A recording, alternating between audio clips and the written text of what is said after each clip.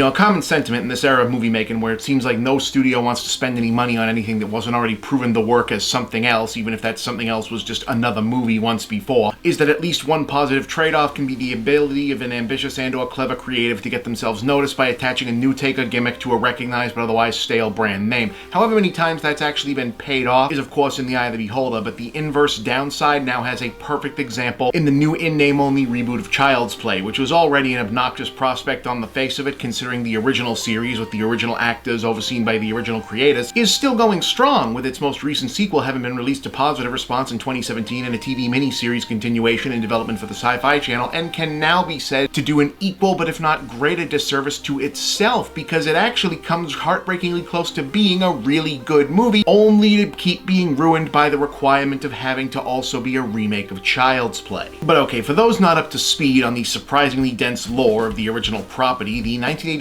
original Child's Play was a cult horror classic mainly on the strength of Brad Dourif's vocal performance as Chucky, a Cabbage Patch-esque doll possessed by the spirit of a deceased human serial killer named Charles Lee Ray, whose ongoing crimes are blamed initially on his beguiled young owner Andy. Taking its cue from the everybody was only ever really interested in Chucky maxim of the original to heart, the new film junks the entire rest of the premise, including all hints of the supernatural in favor of taking the paranoid sci-fi route, specifically a horror riff on Spielberg's AI and the key of Black Mirror. The new Chucky is now a malfunctioning model of Buddy, spelled with an I because I guess that's still funny, which is essentially an Alexa but built into the shape of a robot doll so it can follow you around like a creepy pet robot homunculus while you're asking it to remote operate your other stuff and look things up on Google. And if you're wondering why in hell would a 2019 tech company design its state-of-the-art flagship product mascot to look like an anachronistic 1980s throwback doll that sounds like Mark Hamill instead of something in the same faux futuristic Apple, Google, Huawei aesthetic as the tech it's meant to interface with, well, yeah, expand that incongruity across a whole feature and you can see what starts to go wrong with the whole feature. And it really is a shame because considering how dumb the idea of turning Chucky into Skynet Jr. was made to sound in the trailers, the actual setup and narrative are legit good science fiction. The inspired gimmick this time around is that there isn't anything malevolent or even sentient about the new Chucky. He's just a computerized device whose Asimovian 3 laws safeguards have been compromised via a plot contrivance, following a program that directs him to observe his human owner Andy's behavior, learn his emotional wants and needs, and respond accordingly. However, Andy happens to be a 13-year-old boy, which means his emotional wants and needs are confused, hypercharged, constantly changing, and basically make no fucking sense, so trying to comprehend him from a perspective